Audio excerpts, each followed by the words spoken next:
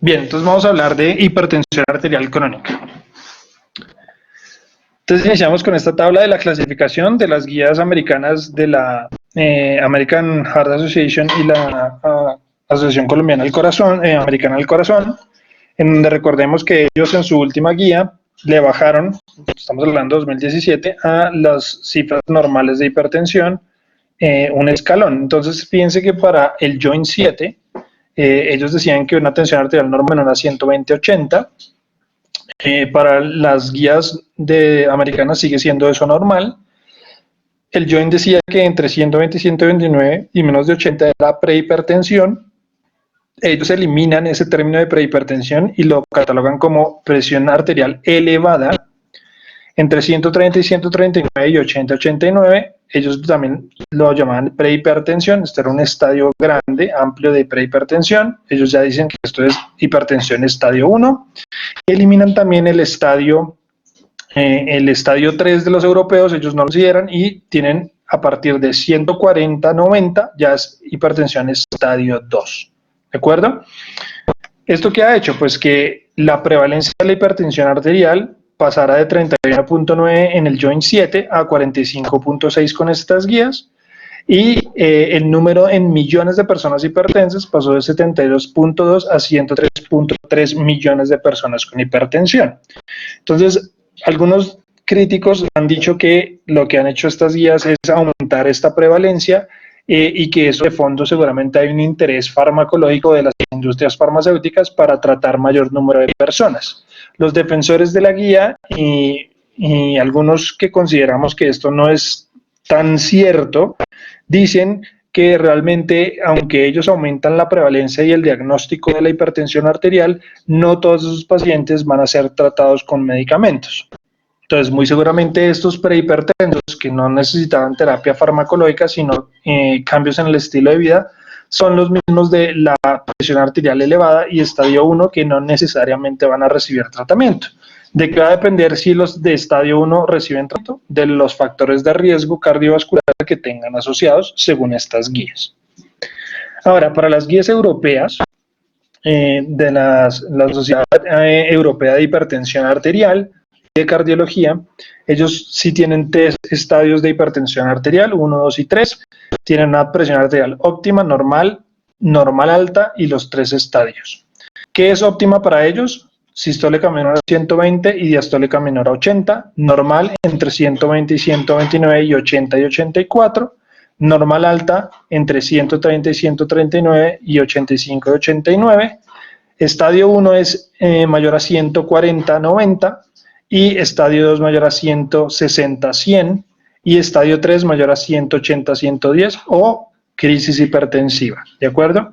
Esta es la clasificación de los europeos, es un poquito más compleja porque tiene más datos, pero realmente es muy parecida en general a lo que decía antes el Joint 7, ahorita se difiere un poquito con las nuevas guías americanas y cualquiera de las dos clasificaciones que ustedes utilicen están adecuadas. Cualquiera de las dos se pueden utilizar, no hay ninguna mejor que la otra.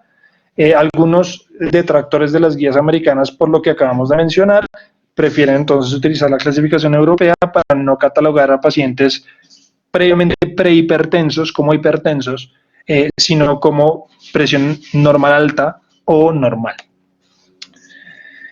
Bien, ¿qué factores de riesgo cardiovascular influyen a la hora de los pacientes que tengan hipertensión arterial? Entonces, el género, más en hombres que en mujeres, por supuesto, la edad, a mayor edad, mayor riesgo cardiovascular y prevalencia de hipertensión arterial, la historia previa o actual del tabaquismo, el colesterol total y el HDL bajo, el ácido úrico, que es controvertido, pero en algunos estudios ha demostrado correlación con pobres desenlaces cardiovasculares, la diabetes, el sobrepeso y la obesidad, la historia familiar de enfermedad coronaria o cardiovascular prematura, eso estamos hablando para hombres menos de 55 años y para mujeres menores de 65 años, historia familiar en primer grado de aparición temprana de hipertensión arterial, menopausia temprana, estilos de vida sedentarios, factores socioeconómicos y psicosociales. Se ha visto que los pacientes con pobre estatus socioeconómico tienen mayor riesgo psicosocial y cardiovascular Y la frecuencia cardíaca en reposo mayor a 80 es también catalogado por algunos como factores de riesgo cardiovascular. ¿Por qué son importantes estas características demográficas? Porque me permiten evaluar el riesgo cardiovascular y por tanto definir las metas y el tratamiento de estos pacientes. Una vez yo tengo diagnosticado al paciente con hipertensión, miro los factores demográficos que acabamos de ver y cuáles son sus factores agravantes o de riesgo. Lo otro que tengo que buscarle a estos pacientes son el daño de órgano blanco. Específicamente si es daño de órgano blanco asintomático, porque cuando es sintomático, pues es fácil, se manifiesta clínicamente con esto. Usualmente los vamos a llamar crisis hipertensivas, pero el daño de órgano blanco también ocurre de forma asintomática, que es lo más grave en hipertensión arterial. Entonces, ¿cuáles son estas cosas que yo debería buscar? La rigidez arterial, ¿cómo la determinamos? Con una presión de pulso mayor a 60, mayor o igual a 60 milímetros de mercurio, o una velocidad de onda de pulso carotido-femoral mayor a 10 metros por segundo. Esto se puede medir en un laboratorio especializado de hipertensión y se puede calcular estos datos. ¿Qué me traduce esa velocidad de onda de pulso mayor a 10 o esa presión de pulso mayor a 60? Rigidez del árbol arterial, o sea, ateroesclerosis. Eso hay unos valores, por supuesto, para la edad, porque los ancianos tienden a tener mayor rigidez arterial. ¿Esto cómo se manifiesta usualmente? Con hipertensión arterial sistólica aislada. Recordemos que los viejos tienden a ser más sistólicas aisladas, mientras que los jóvenes tienden a dar más hipertensiones diastólicas. El otro evidencia de daño de órgano blanco asintomático es la hipertrofia ventricular izquierda, que lo podemos detectar por electrocardiografía mediante los criterios de Sokolov-Lyon o por los criterios de voltaje de Cornell. Pero realmente acuérdense que el electrocardiograma, aunque me lo permiten, no es tan específico como la ecocardiografía. Entonces, el gold estándar para detectar esto es el ecocardiograma transtorácico y el parámetro que vamos a mirar en este examen es la masa, el índice de masa del ventrículo izquierdo, que es mayor a 50 gramos metro cuadrado en hombres y más de 47 gramos de metro cuadrado en mujeres. Eso es ajustado a superficie corporal. Cuando tenemos estos datos mayores, hablamos de una hipertrofia ventricular izquierda. Cuando los normalizamos por superficie, por área de superficie, pues sería más de 115 en hombres y más de 95 en mujeres, que es esto normalizado por la superficie corporal. Estos datos nos lo da el ecocardiograma, entonces fíjense, no solo miren la fracción de eyección en los ecocardiogramas, si hay trastornos de la contractilidad y la función valvular, sino también busquen el índice de masa ventricular izquierdo, que puede salir así o normalizado, para tenerlo presente como un indicador de hipertrofia ventricular izquierda, y eso es claramente daño de órgano blanco por hipertensión arterial. ¿Esto qué me lleva a mí? A falla cardíaca diastólica específicamente, o sea, con FEBI preservada. Otro daño de órgano blanco que tenemos que buscar siempre es el riñón. Entonces, con la albuminuria, recordemos que albuminuria es mayor a 30, ¿cierto? Miligramos gramo en la relación, como lo muestran aquí, en la relación albuminuria-creatinuria, mayor a 30, ¿cierto? Y ojalá, idealmente, con esta relación y en la primera orina en la mañana sería lo ideal. También la tasa de filtración glomerular estimada, ya dijimos, por CK de EPI, entonces esto también es un indicador de daño microvascular de la hipertensión arterial. El índice tobillo-brazo, entonces recuerden que es tomar la tensión arterial en ambos brazos superiores y en ambos miembros inferiores y sacar la relación. Cuando es menor a 0.9 me indica ateroesclerosis del árbol arterial, me sugiere claudicación intermitente también, enfermedad aterosclerótica, que si está presente en las grandes arterias, seguramente en las coronarias y en las carótidas también va a estar. La retinopatía avanzada con hemorragias exudados o papiledema también es un indicador de daño de órgano blanco asintomático y de que no estamos haciendo las cosas bien en el paciente hipertenso. Por supuesto, la enfermedad renal o cardiovascular establecida es una cosa que me va a influir en el riesgo cardiovascular. Y es los pacientes que han tenido accidentes cerebrovasculares, accidentes isquémicos transitorios, hemorragias intraventriculares o hemorragias subaracnoideas o intraparenquimatosas, que son las más frecuentes ahí en el putamen, ¿cierto? Por hipertensión arterial. La enfermedad coronaria, por supuesto, manifestada por cualquier síndrome coronario agudo. Presencia de placas ateromatosas en las carótidas también es otra evidencia de obstrucción y de daño de riesgo cardiovascular. Falla cardíaca con fracción de eyección preservada, que es lo más típico de la hipertensión arterial. Enfermedad arterial periférica, que ya vimos con el índice tobillo-brazo, y la fibrilación auricular también es un factor de riesgo independiente para que está relacionado directamente como consecuencia o causa de como consecuencia usualmente de la hipertensión arterial y como causa de falla cardíaca en estos pacientes. Muy bien, entonces ya diagnosticando, evaluando el riesgo cardiovascular, evaluando el daño de órgano blanco, tenemos unos estudios básicos que debemos hacerle a todo paciente hipertenso y son glicemia basal, por la asociación tan alta con los trastornos metabólicos de la hipertensión, específicamente diabetes, un cuadrático completo para mirar cómo está sobre todo la anemia, ¿cierto? Si hay anemia o no, el perfil lipídico completo, creatinina sérica para estimar la tasa de filtración glomerular por seca de EPI, sodio, potasio y calcio, que son unos electrolitos fundamentales para abordar la hipertensión arterial, las hormonas tiroideas, sobre todo si hay FA o falla cardíaca asociada. Acuérdense que el hipertiroidismo y el hipotiroidismo se asocian a hipertensión arterial, el parcial de orina, que ya lo vimos, y el electrocardiograma fundamental. Otros test opcionales que podemos tener es el ecocardiograma transtorácico, que ya lo mencionamos. Si yo tengo un electrocardiograma normal, sí o sí tengo que hacer un ecocardiograma, al menos una vez al año en los pacientes hipertensos. El ácido úrico, muy relacionado con trastornos metabólicos también, y la relación albuminuria-creatinuria, que yo no lo pondría como opcional, sino como mandatorio en todo paciente hipertenso. Bien, una vez hagamos todo esto y tengamos los resultados, pues podemos clasificar nuestros pacientes según el riesgo. Esto es tomado de las guías europeas de 2018, que son a mi modo de ver las guías que más me gustan. A mí me gustan más las europeas que las americanas, y ellos catalogan el riesgo según los factores de riesgo, el daño de órgano blanco o enfermedad instaurada o establecida, y según los grados de hipertensión arterial, normal, alta, 1, 2 o 3, ¿cierto? Entonces, por ejemplo, fíjense aquí, el paciente que no tiene ningún factor de riesgo, ¿cierto? Y tiene tensiones normal altas, pues lo vamos a catalogar como de bajo riesgo.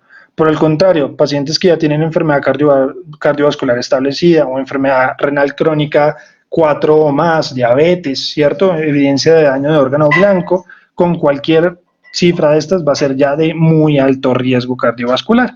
Entonces ellos lo clasifican en bajo, moderado, moderado alto, alto y muy alto riesgo. Dependiendo de esto, se van a fijar las metas de tensión arterial y las estrategias de tratamiento. Las guías americanas también nos recuerdan la importancia de detectar lo que es el fenómeno de bata blanca y de hipertensión enmascarada. Entonces, ¿cómo recomiendan o cómo definen ellos hipertensión de bata blanca? Entonces ellos dicen pacientes que en el consultorio, con los estándares de diagnóstico, tengan tensiones arteriales mayores a 130/80, pero menores a 160/100, después de modificaciones del estilo de vida, ¿cierto?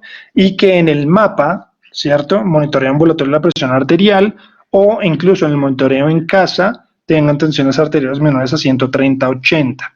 Si es el caso, podemos diagnosticar hipertensión de bata blanca, ante lo cual ellos recomiendan cambios en el estilo de vida, seguimiento anual para detectar progresión. Tradicionalmente se ha dicho que la hipertensión de bata blanca tiene igual riesgo que un paciente normotenso y que por tanto no debería tratarse. Los últimos estudios más recientes han cuestionado esto y han demostrado que la hipertensión de bata blanca se asocia con mayor progresión a hipertensión franca o instaurada como tal, y a mayor riesgo de daño de órgano blanco asintomático. Entonces no hay tal que no deberíamos no tratar a estos pacientes. Probablemente, si las tensiones no son muy altas, podemos dar estilos de vida saludable, y si no mejora, de pronto se beneficien también de tratamiento farmacológico con monoterapia inicialmente. En cambio, la hipertensión enmascarada es lo opuesto. En el consultorio siempre tiene tensiones por debajo de 129/80, y en cambio en el mapa o en el monitoreo ambulatorio siempre están por encima de 130/80. Esto se denomina hipertensión enmascarada y esto sí es supremamente grave porque son pacientes que usualmente no son tratados que andan por ahí asintomáticos haciendo daño de órgano blanco y tienen una asociación con mortalidad y peores desenlaces que incluso los pacientes hipertensos. ¿Por qué? Porque no están tratados básicamente y no están controlados. Entonces, fíjense, muy importante el diagnóstico de hipertensión de bata blanca o hipertensión enmascarada. Muchos pacientes, por ejemplo, los pacientes con apnea obstructiva del sueño que veíamos la otra clase o los pacientes renales crónicos tienen hipertensiones enmascaradas. Casi hasta un 30-35% de los casos entre hipertensión de bata blanca y hipertensión enmascarada los presenta en la población renal. De ahí que sería muy útil siempre contar al menos con un mapa en todo paciente renal crónico para poder establecer estos datos. Ahora, ¿cuáles son las diferencias entre mapa y AMPA o monitoreo en casa? No es lo mismo, ¿cierto? Entonces, esto es tomado de las guías europeas, pero eso lo pueden encontrar en muchas partes. Las ventajas del monitoreo ambulatorio de la presión arterial es que es la única forma que tenemos para detectar realmente como debe ser hipertensión de bata blanca o hipertensión enmascarada. Los estudios han demostrado una fuerte correlación y un mayor valor pronóstico de los resultados del mapa que con los del monitoreo ambulatorio. Podemos tener valores nocturnos y patrones nocturnos, que eso es imposible de cualquier otra forma. Se mide usualmente durante la cotidianidad y en la vida real de los pacientes. Y nos da información de una única medición, sino de una medición a lo largo de usualmente 24 horas, múltiples mediciones tanto diurnas y nocturnas que aumentan la precisión de los valores. Desventajas, que es caro y que no siempre está disponible y que es un poco incómodo para los pacientes no les gusta hacerse este tipo de examen. En cambio, el monitoreo en casa, pues es el que más se utiliza, pero lamentablemente se utiliza muy mal. Todos ustedes le han dicho a los pacientes, señora, vaya, se toma la atención en la casa y la próxima vez que nos veamos me trae los resultados. O le dicen, no, señora, vaya a la droguería que le toman allá la tensión arterial y me trae los resultados. Sí, desafortunadamente esas es como las formas fáciles que uno tiene para el paciente, sobre todo cuando tiene 20 minutos de consulta y no puede hacer mayor cosa, pero está mal. Eso, el monitoreo en casa tiene una estandarización muy específica de cómo se deben tomar las tensiones en la casa bajo algunas circunstancias especiales y la forma en que ustedes deberían analizar los resultados. El que quiera profundizar más en esto, pues me cuenta, en algún momento lo podemos discutir o me lo pueden preguntar después. ¿Qué ventajas tiene el monitoreo en casa? En algunos casos podría identificar bata blanca y hipertensión enmascarada, pero no es realmente el estándar diagnóstico, para eso es el mapa. Es barato, se puede hacer ampliamente disponible en general. El paciente se la toma él mismo, relajado, en su ambiente tranquilo, en la casa, entonces eso puede ser un poco una medición más precisa de la tensión. Eso ayuda a que los pacientes se comprometan, entonces el que ellos estén pendientes de tomarse la atención, de mirar cómo están sus resultados, eso favorece la adherencia y el compromiso con el manejo de su enfermedad. Se puede repetir y puede hacerse por periodos mucho más largos, por una semana, 2 semanas, incluso más que en el mapa, que es usualmente por 24 horas. Desventajas, que solo tiene valores de presión arterial estáticos, o sea, el paciente está sentado en reposo. Mucho potencial de error si el paciente no lo sabe hacer, si utiliza un dispositivo no calibrado o no validado para este tema, y no podemos tener variables nocturnas ni mediciones nocturnas, que es muy importante sobre todo para la hipertensión enmascarada. Bien, las metas. Las metas de tensión arterial siempre es un tema muy controvertido, de alto discusión en las últimas épocas y siempre taquillero el tema. Uno podría quedarse hablando horas eternas de cuáles son las metas ideales para cada paciente. En resumen, yo que he leído muchas cosas de esto y en general todas las discusiones que se han dado sobre este tema, lo que uno puede llegar a decir es que no existe una meta específica para cada paciente. Cada paciente hay que individualizarlo y cada paciente tendrá su meta. Pero aquí les traigo unas de las metas que están pues, publicadas en las guías, en las literaturas y específicamente para algunas comorbilidades, para que las tengamos presentes por si alguien les da por preguntar eso, porque uno no debería preguntar eso porque no existe una respuesta definitiva y pueden ser múltiples respuestas correctas en cuanto a las metas. En general, los pacientes con riesgo cardiovascular a 10 años mayor al 10%, deberían tener todos ventas por debajo de 130-80. Esto es para las guías americanas, ¿no? Del 2017. Pacientes ancianos mayores de 65 años no institucionalizados ambulatorios, menores a 130-80. Diabéticos, renales, pre o post trasplante, en diálisis o no, falla cardíaca, enfermedad coronaria isquémica estable, para prevenir ACV, enfermedad arterial periférica, todos, la meta para las guías americanas es menor a 130-80, no distinguen. En cambio, las europeas sí son un poquito más, más precisas en cuanto a las metas y nos clasifican según los rangos etarios de 18 a 65 años, de 65 a 79 y mayores de 80. Y fíjense que hay una meta para las diastólicas, una meta para las sistólicas, que son estas. Y no las ponen de acuerdo a si son hipertensos, diabéticos, renales crónicos, enfermedad coronaria o cardiovascular establecida o con ACV o accidente isquémico transitorio. Entonces, fíjense, para los jóvenes, entre comillas, menores de 65 años, la meta es menor a 130 en todos los escenarios, pero fíjense que dicen no la baja de 120. O sea, idealmente estos pacientes deben entre 120 y 130 la tensión arterial y la diastólica menor a 80. Entonces, en este escenario se comportan igual a las americanas, en donde dicen menor a 130-80. En los renales crónicos, ponen aquí una aclaración de que puede ser menor a 140-80, pero sugieren que se lleve a menor a 130-80, si verá. También uno puede hablar aquí horas enteras sobre cuáles son las metas para la población renal. No es el caso de la charla, pero fíjense que los europeos dan este rango. En general, el sprint incluso, y todo esto ha demostrado que para los renales crónicos en este rango etario, con una adecuada funcionabilidad, la meta debe ser menor a 130-80. Fíjense que los europeos siempre la meta, independientemente del rango etario o la comorbilidad, es menor a 80 la diastólica. Eso está claro.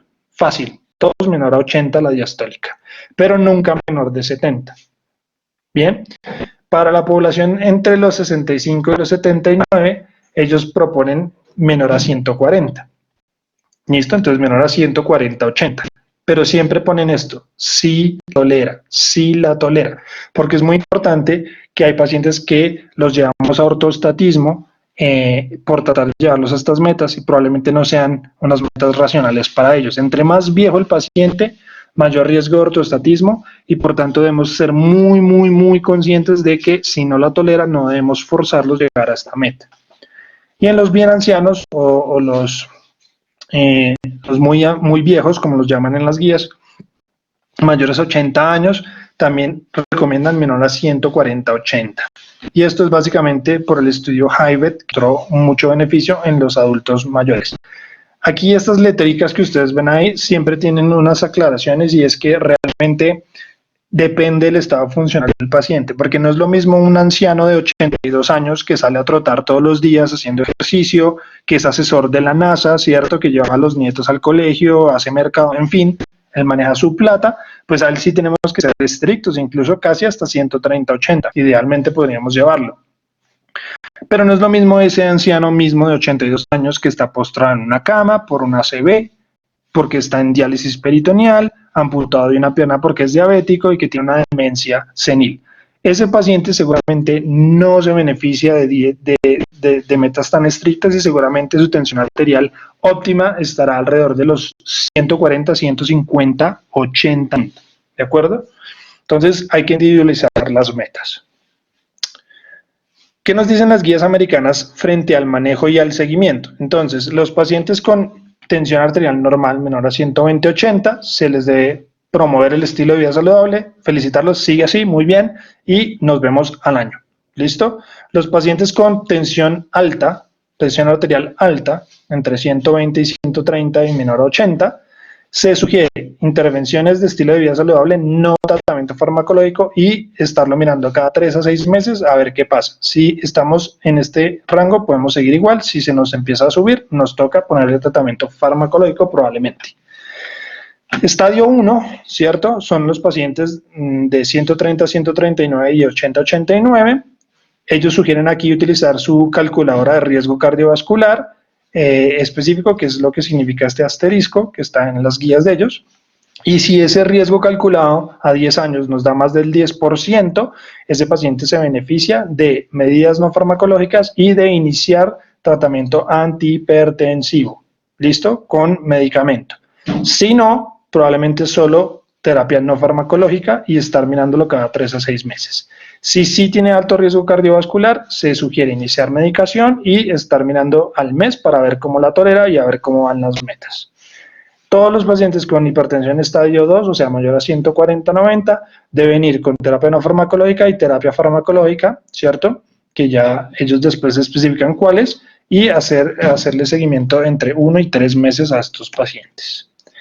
Si se logran las metas, entonces se sigue el seguimiento cada 6 meses. Si no se logran las metas, se optimiza la terapia y se vuelve a ver al mes a ver cómo están los pacientes. Esta es la calculadora de riesgo cardiovascular que ellos utilizan. Entonces, fíjense, aquí hay un ejemplo de un paciente que yo hice aquí, entre los 40 y 79 años, con estos datos de colesterol, HDL, presión arterial sistólica, preguntan si tiene diabetes o no, si es fumador, si usa aspirina, en fin, la raza. Y, por ejemplo, este paciente le dio 26.5% a 10 años. Este paciente sería catalogado como paciente de alto riesgo cardiovascular y seguramente en las guías le pondrían fármacos. ¿Qué dicen los europeos? Los europeos dicen, los pacientes con tensión arterial normal alta, ¿cierto? Solo estilo de vida saludable y considerar tratamiento farmacológico en pacientes de muy alto riesgo cardiovascular. Ya vimos la tablita, los que están en rojo oscuro, especialmente aquellos que ya tienen enfermedad coronaria o cardiovascular instaurada. Pacientes con grado 1, todos, fíjense, estilo de vida saludable, pero inmediatamente ellos sugieren aquí darle tratamiento farmacológico en los pacientes que son de alto o muy alto riesgo o que tienen evidencia de enfermedad renal o de daño de órgano blanco, ¿cierto? Aquí ellos sugieren verlos cada 3 a 6 meses para definir si estamos en metas y si hay que intensificar o no el tratamiento. Hipertensión estadio 2, se sugiere inicio inmediato de tratamiento farmacológico en todos los pacientes independientemente del riesgo y del daño de órgano blanco y se debe tratar de lograr el control y llevarlo a metas en los siguientes 3 meses. Y hipertensión grado 3, que son las crisis hipertensivas, inmediatamente el tratamiento y llevar a control en los 3 meses. Seguramente aquí hay que valorar si es una emergencia o una urgencia y dependiendo de eso se dará el tratamiento oral o endovenoso. Entonces, fíjense que los europeos, aunque son un poco más laxos en cuanto a las cifras tensionales, ellos son un poco más estrictos a la hora de iniciar los medicamentos farmacológicos, con lo cual yo estoy de acuerdo. Pero siempre teniendo en cuenta el daño de órgano blanco y el riesgo cardiovascular de fondo de los pacientes. Bien, dentro de la terapia no farmacológica, cambios de estilo de vida saludable que siempre se promulga, pues están estos: pérdida de peso, dieta saludable, disminuir la ingesta de sodio y incrementar la ingesta de potasio. Fíjense que cada una de estas intervenciones tiene un impacto sobre la tensión arterial. Muy importante el bajar de peso, muy importante el bajar de peso y el reducir el consumo de sal en la dieta son muy importantes, sobre todo porque reducir el consumo de sodio en la dieta favorece y sensibiliza la acción de los antihipertensivos, específicamente diuréticos y ECA-ARA2. Si usted tiene un paciente con ECA-ARA2 o diurético y el man sigue tragando sal, no lo va a poder controlar fácil. ¿Listo? Entonces, las intervenciones más importantes en cuanto a estilo de vida saludable es que bajen de peso y que coman bajito en sal. ¿Qué es bajito en sal? Menos de 1500 miligramos al día es óptimo. Ojalá menos de 1 gramo al día de sodio en la dieta. ¿Listo? No, ojo, no es lo mismo sodio que sal, porque sal es cloruro de sodio, sodio es sodio. Si habláramos en términos de sal de cocina o cloruro de sodio, estaríamos hablando alrededor de los 2 gramos al día. ¿Listo? Idealmente deberían comer menos de 2 a 2.5, máximo 3 gramos de sal al día en total. ¿Listo? En total. Déjenme un segundo que necesito poner a cargar este computador.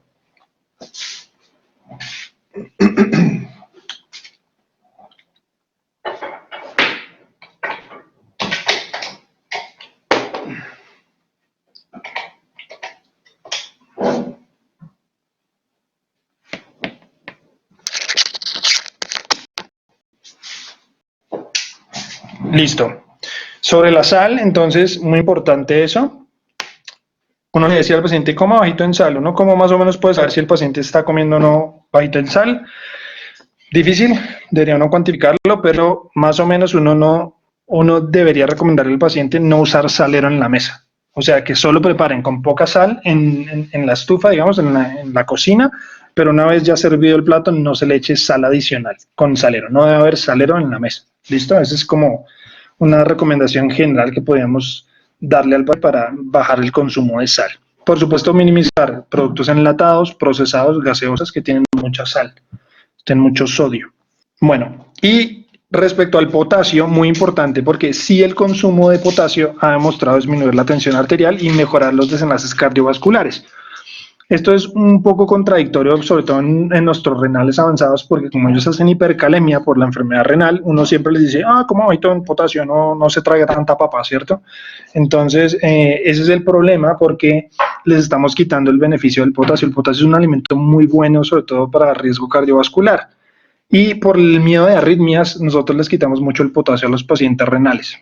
Yo soy de los convencidos de que yo no les restringo tanto el potasio, sobre todo a los ancianos, y yo tolero potasios hasta de 5,5 sin hacerles ninguna intervención.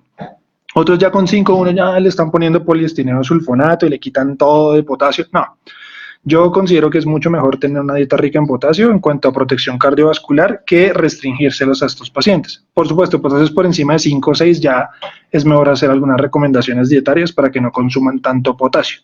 Recuerden que los alimentos ricos en potasio son los frutos secos, almendras, pistachos, macadamias, todo este tipo de cosas, la agua de panela, los brócoli, aguacate, espinacas, fresas, bananos. Entonces existen en el mercado sales potásicas que efectivamente no tienen sodio, son buenas para la parte de la tensión arterial, pero pues son contraproducentes en algunos grupos poblacionales porque pueden aumentar el riesgo de hipercalemia. Pero, por ejemplo, si ustedes no quieren comer sal y de verdad quieren comer una cosa que no tenga sal y sazonar, pues lo pueden utilizar sales a base de potasio, ¿listo? Las venden también. Refisal tiene una, ¿listo? Que tiene un porcentaje menor de sal y más potasio. Ahora, ¿qué recomiendo yo? El potasio es muy bueno no como suplemento en sal, es más dentro de lo que viene en los productos orgánicos, tipo verduras, tipo frutas, ¿listo? No tanto el suplemento de sal potásica. Entonces se recomienda más esa ingesta de ese tipo de potasio. ¿Qué podemos recomendar a los pacientes para que condimenten o sazonen los alimentos? Pues otras especias, ¿listo? No necesariamente sal. El ajo, ¿cierto? La cebolla, el tomate, todas las hierbas de este tipo, cúrcuma, todo ese tipo de cosas pueden ayudar a potenciar el sabor de los alimentos sin necesidad de echarles sal. La dieta saludable básicamente es a base de frutas y verduras. La más estudiada es la dieta tipo DASH, ¿cierto? Alto en granos, ¿cierto? En fibra, frutas y verduras. Bajita en alimentos procesados, específicamente carnes procesadas y grasas trans, ¿listo? Esa es como la dieta que sugiere para mejor control de la tensión arterial. La actividad física fundamental no solo para el control de la tensión arterial, sino para el control del peso. Hay diferentes tipos de ejercicios y según las recomendaciones pueden tener mayor o menor impacto en la tensión arterial. Y por supuesto, no fumar y moderar el consumo de alcohol es fundamental para los pacientes hipertensos porque el alcohol y el cigarrillo aumentan la tensión arterial. Fíjense que podemos bajar entre 4 y 3 milímetros de mercurio la tensión arterial. Si realmente hiciéramos las cosas bien, sumemos. Baja por cada kilo de peso, ¿cierto? Baja 1 milímetro. Entonces digamos que bajó 2 kilos. Entonces ahí son 2 milímetros de mercurio. Está haciendo una dieta DASH rica en potasio, entonces alrededor está bajando otros 10 a 12. Digamos que lleva 14. Está comiendo bajito en sal, entonces son otros 5, ya va digamos casi 20. Y está haciendo ejercicio 4, entonces ya 24. ¿Cierto? Y no dejó de fumar o de tomar alcohol, ya llevan 28, casi 30 milímetros de mercurio en la sistólica. O sea, este paciente que tenía 160 va a terminar con 128, más o menos de tensión arterial, solo con esto si lo hiciéramos bien. Entonces, fíjense lo importante de los cambios de estilo de vida saludable. Bien, por supuesto, como dicen las guías, y no todo paciente va a ser suficiente, porque además los cambios de vida saludable, aunque son muy chéveres, poco lo hacen los pacientes o poco se mantienen en el tiempo, porque los pacientes no son adherentes a esto, o sea, ni siquiera nosotros somos adherentes a esto. Entonces, muchas veces vamos a necesitar el uso de terapia farmacológica. Entonces, recordemos, ¿quiénes son los agentes de primera línea para el manejo de hipertensión arterial? Están los diuréticos tiacídicos y tiacídicos-like, los IECAS, los ARA2, los calcioantagonistas dihidropiridínicos, no los no dihidropiridínicos, y ya. Esos son los de primera línea. Cualquiera de ellos lo pueden utilizar. Antes, hasta el Joint 7, porque el Joint 8 ya lo cambió, en el Joint 7 recomendaban a los diuréticos tiacídicos como primera línea. Los demás como segunda, no. Todos ahora de este grupo son primera línea, ¿de acuerdo? ¿Cuáles son? Clortalidona, hidroclorotiazida, indapamida, metolazona. Hidroclorotiazida y metolazona son tiacídicos, clortalidona e indapamida son tiacídicos like.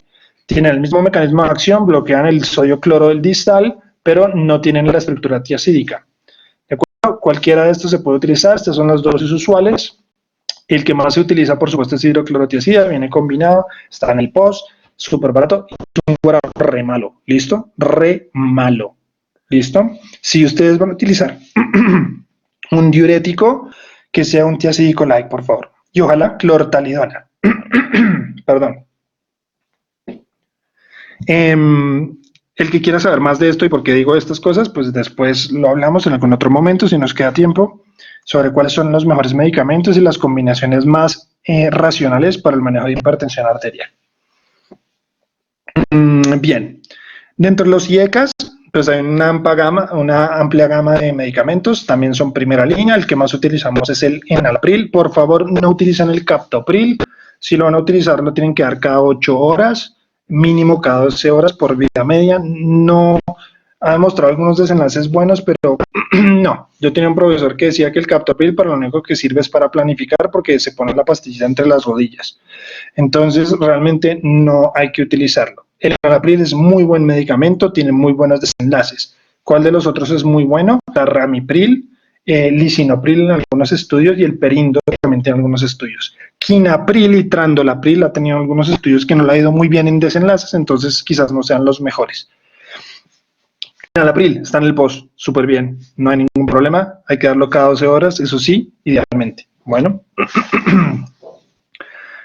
Nuevamente les digo, el que quiera ahondar más en esto, me cuenta porque yo tengo podemos hablar de eso, una charla específica sobre medicamentos antihipertensivos, cuáles son los mejores y su racionalidad de combinaciones. ARA2, amplia gama, listo. El losartán, una belleza, listo. Hasta se está estudiando para el COVID ahorita 19, es una chimba. Es uricosúrico también, junto con el irbesartán. Entonces, si tiene un paciente con hiperuricemia y gota, también le sirve el losartán o el irbesartán para bajar el ácido úrico. Los otros no bajan el ácido úrico. De ellos, el olmesartán es el más regularcito porque no le ha ido bien en diabéticos. Y el maravilloso, el papá de los papaces, no lo he dicho de antihipertensivos, el telmisartán. Por vida media, no lo barre la diálisis, aunque en general todos estos no los barre mucho la diálisis porque son sustancias grandotas. Pero el telmisartán es una belleza, ¿listo? Pero dentro del post, sin nada que envidiarle en general, el losartán es muy buen medicamento. Valsartán también es bueno, no tanto, hay que darlo cada 12 horas. Losartán también hay que darlo cada 12 horas idealmente. En cambio, telmisartán, el paciente se le puede olvidar un día tomarse el medicamento y sigue teniendo efecto de la dosis del día anterior. Es una chimba. Calcioantagonistas dihidropiridínicos, hay varios también. Los más utilizados son nifedipino y amlodipino. El papá de ellos, el más, que tiene incluso estudios buenos en falla cardíaca, es amlodipino. Entonces, si van a poner alguno de estos, que es amlodipino, dosis máxima de 10 y se da una vez al día, no hay que darlo cada 12 horas, de por Dios, profesores. Yo no hago sino cambiarle a los pacientes porque los médicos generales le mandan amlodipino cada 12 horas a los pacientes. Los no dihidropiridínicos no los usen, ¿no? Por su efecto central también. Verapamil y diltiazem tienen efecto bloqueante del corazón. Entonces no, porque además van a ser pacientes que usualmente les vamos a poner un beta bloqueador, combinarlos no es racional, podemos inducir bloqueos cardíacos. Entonces no, pero es que hay unos nefrólogos que mandan verapamilo porque tienen efecto antiproteinúrico. Sí, el verapamilo es antiproteinúrico, Pero el amlodipino también ha demostrado ser antiproteinúrico, independientemente del control de la tensión arterial. Entonces esa no es una justificación. Usualmente los viejitos, los médicos viejitos, mandan verapamil. ¿Listo? Entonces no sean viejitos. Bien, primera línea entonces, ¿cuál de ellos? A mi modo de ver, los mejores son los ARA2, seguidos de los calcioantagonistas. Es una combinación maravillosa. Por ejemplo, un losartán amlodipino es lo máximo. ¿Listo? Entonces, ese sería como el orden mío, mi preferencia, por toda la evidencia que lo respalda. Vuelvo y digo, en algún momento lo podemos profundizar. Agentes secundarios. Secundarios no son primera línea. Ay, es que el viejito tiene hiperplasia prostática, entonces pongámosle prazosin. Lo mando para la miércoles, ¿listo? No. Si usted le quiere poner algo para la próstata a los viejitos, póngale tamsulosine, dutasterida, no sé, pero no le ponga prazosin. No, ay, es que hay que matar un pájaro, varios pájaros de un solo tiro. ¿Qué? Si usted le quiere dar algo, dele algo que sirva. El prazosin, sí, baja la tensión, pero es muy agresivo, es muy inestable, produce mucho ortostatismo. No es primera línea, no tiene estudios clínicos con desenlaces favorables más allá de controlar la tensión arterial. Entonces, no. Alfa 1 antagonistas no son primera línea. Diuréticos de ASA tampoco se utilizan en hipertensión arterial. Furosemida para la tensión arterial, no. No, aunque la baje un poquito, no. Única razón para dar diurético de ASA, pacientes renales con tasas por debajo de 30 mililitros minuto que las tiazidas dejan de funcionar. ¿Listo? Pero es más por sobrecarga de volumen porque además de estos pacientes tienen ese rasgo fisiopatológico de sobrecarga de volumen. Entonces la furosemida y en ese escenario sí sería bueno. Ahora, si yo lo quiero dar para la tensión arterial, lo que debería dar es torsemida. ¿Listo? Pero torsemida no la conseguimos. Entonces toca furosemida, pero no es primera línea. Amilorida y triamterene, igual los antagonistas de la aldosterona, de plerana y espirono no son primera línea, son tercera línea la espirono. Todo paciente con hipertensión refractaria se va de espironolactona. Es una chimba la espironolactona también. ¿Listo? Amiloride específicamente se utilizan algunos tipos de hipertensión, específicamente algunas tubulopatías de las que vamos a hablar más adelante, como el síndrome de Liddle. Entonces, como les decía, los alfa bloqueantes no, que están de últimas. Aquí están los beta bloqueadores. Los beta bloqueadores no son primera línea, excepto, y las guías lo dicen, cuando tienen una indicación fundamental para darlos, o sea, cardiopatías. Falla cardíaca, fibrilación auricular, enfermedad coronaria, sí o sí deben ir con beta bloqueador los pacientes, ¿de acuerdo? Por lo general no solitos, siempre combinados y con una combinación racional. No es racional combinar beta bloqueadores con IECAS y ARA2 para hipertensión, porque ambos suprimen la liberación de renina, ¿listo? Ambos actúan en el eje. Entonces es mucho más lógico combinarlo con diuréticos, pero ¿cuál es el problema? Que la evidencia ha mostrado que aumentan la hiperglicemia, la hiperuricemia y las dislipidemias, y sobre todo la enfermedad arterial periférica. ¿Listo? Entonces no es una muy buena combinación. Los combinamos porque IECAS y ARA2 tienen también beneficio cardiovascular. ¿Listo? De los beta bloqueadores se recomienda utilizar los cardioselectivos. Pista, cardioselectivos van de la A a la M. Empiezan de la A a la M. Todos los que tengan un nombre que empiece por debajo de la M en el alfabeto, ¿cierto? No son cardioselectivos. Propranolol, ¿cierto? Pindolol, no son cardioselectivos. Atenolol sí, ¿cierto? Bisoprolol sí, metoprolol tartrato y succinato sí, ¿cierto? Carvedilol es cardioselectivo, pero el carvedilol no está aquí porque él es combinado, ya lo vamos a ver. Nebivolol es muy interesante porque es un beta bloqueante cardioselectivo, pero es vasodilatador a su vez. Tiene también un efecto vasodilatador porque induce vasodilatación por óxido nítrico. Entonces es un beta bloqueador que tiene mejor efecto antihipertensivo y ha demostrado algunos desenlaces cardiovasculares favorables. Los más utilizados son bisoprolol, metoprolol succinato y carvedilol porque ambos han demostrado muy buenos desenlaces en las cardiopatías que les mencioné. Nebivolol también puede ser una alternativa muy interesante, sobre todo para minimizar los efectos metabólicos, hiperglicemias, hiperuricemias, etcétera, menos nebivolol. Pero el papá de los papás, si usted tiene que poner un beta bloqueador para hipertensión arterial, ponga carvedilol. Tiene efecto beta 1 selectivo y alfa 1 antagonista, ¿cierto? Entonces tiene doble efecto antihipertensivo, es mucho mejor, ha demostrado buenos desenlaces cardiovasculares, es una chimba, se debe dar 2 veces al día, no una vez al día, 2 veces al día, ¿listo? Carvedilol. Tiene unos efectos vasodilatadores muy interesantes y tiene menores efectos metabólicos que otros beta bloqueantes. O sea, es muy comparable con Nebivolol. Y es más barato y está en el post. Bien, la betalol es una chimba también. Lo que pasa es que no lo tenemos aquí oral, lo utilizamos es endovenoso para las crisis hipertensivas. ¿Listo? Alisquireno, que es un inhibidor directo de la renina, no es primera línea, ya no está en el mercado, lo sacaron porque en el estudio Altitud demostró más ACVs. ¿Listo? Entonces, no, alisquireno ya no se usa. Fíjese, alfa 1 bloqueantes, chao, sáquenselos de la cabeza. Prazosin, no, terazosin, no, chao. Alfa 2 agonistas centrales, clonidina y metildopa. Realmente no se utilizan como primera línea, solo como terceras líneas o segundas líneas, después de la combinación de las primeras líneas, en algunos pacientes refractarios, como los renales, por ejemplo, y tienen mucha utilidad sobre todo en el embarazo. Porque acuérdense que IECAS, ARA2 están contraindicados en el embarazo. ¿Listo? La mejor tratamiento antihipertensivo en el embarazo son los calcioantagonistas. ¿Listo? Seguidos de los alfa-2 agonistas. Los diuréticos también pueden utilizar. No tanto, pero sí podrían utilizarse. ¿Listo? Entonces realmente lo reservamos para los pacientes embarazadas. Clonidina o metildopa o pacientes que ya tengan los demás y sigan hipertensos. Incluso después de espirono, ¿listo? Y tenemos los vasodilatadores directos que son hidralacina y minoxidil. Lastimosamente tampoco tenemos hidralacina oral aquí, ni endovenosa acá. El minoxidil sí lo tenemos, es un medicamento que no lo deberían utilizar los médicos generales, es un medicamento de última línea, es un vasodilatador directo, entonces siempre debe ir acompañado de beta bloqueador y de diurético porque produce taquicardia refleja y edemas. Y tiene otro problemita, sobre todo en las mujeres, y es que les saca bigote.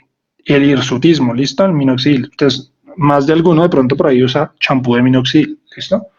Porque saca pelo. Entonces, pilas con utilizar estos medicamentos en las mujeres. Hidralacina es muy importante como antihipertensivo, muy buen antihipertensivo, incluso se podría utilizar en crisis hipertensivas y sobre todo en el embarazo, es muy útil. De hecho, está descrito en las hipertensiones gestacionales. ¿Cuál es el problema de la hidralacina? Induce, acuérdense, anticuerpos. Puede producir lupus inducido por medicamentos. Bien. Bien, entonces, ya para ir terminando. Entonces, ¿qué recomiendan las guías europeas? Que como les digo, son las que más me gustan a mí. Estoy quedando sin voz.